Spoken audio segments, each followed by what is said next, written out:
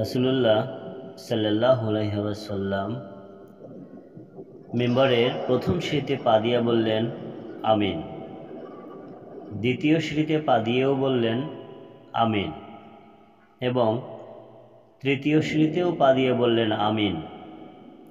তো সাহাবা আজমাইনরা দেখতে পেলেন রাসূলুল্লাহ সাল্লাল্লাহু আলাইহি ওয়াসাল্লাম তিনবার আমিন বললেন। তো সাহাবা আজমাইন প্রশ্ন করলেন, ইয়া রাসূলুল্লাহ, আপনাকে ইতিপূর্বেই তিনবার আমিন বলতে দেখলাম, কিন্তু তার উদ্দেশ্য কি সেটা বুঝতে পারলাম না।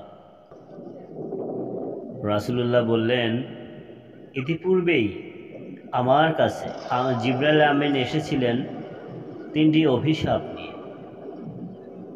অভিশাপ তিনটি আমার পছন্দ হয়, যার কারণে আমি আমিন বলি।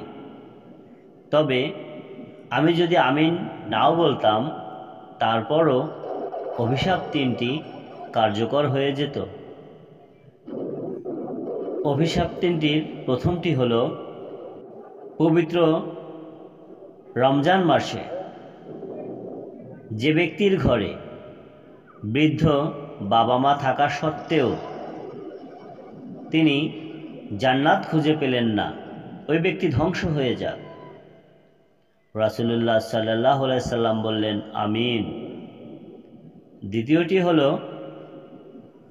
পবিত্র রমজান মাস পাওয়ার পরেও যে ব্যক্তি জীবনের গুনাহ খাতা বা মাফ করাইতে পারলেন না, ওই ব্যক্তি ধ্বংস হয়ে যাক।